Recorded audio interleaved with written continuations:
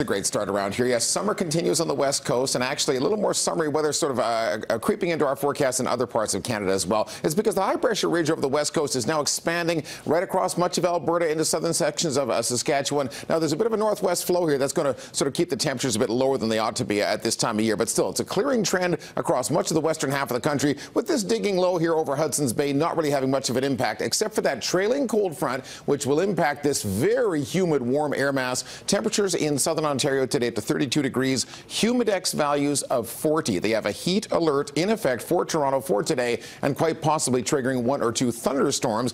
Now it's sunny all across the Maritimes, 31 degrees in Halifax for today, 32 in Fredericton. It'll be 26 degrees in Quebec City. Looking fine into Montreal as well, but for Ottawa and Toronto, a small chance of a late day thunderstorm to go with that oppressive heat. 32 again in Toronto with a humidex value near 40 degrees. Compare that to Winnipeg, which has a clearing trend, but a high of only 18. There's some sun for Regina, sun for Edmonton and for Calgary, and those numbers in the low to mid-20s over the western prairies. We'll settle for something in the mid-20s around here as well. Mostly sunny for today. Subtle change of pace for the next 2 as that marine air begins to creep ashore, so I think we'll get a little extra cloud cover each of the next 2 mornings. Small chance of a sprinkle on Thursday morning. Aside from that, we're looking at sun this afternoon and tomorrow, and again on Thursday and on Friday, and then we'll change it up, looking at that long-range forecast for the start of the long weekend, which does include a chance of showers as early as Saturday.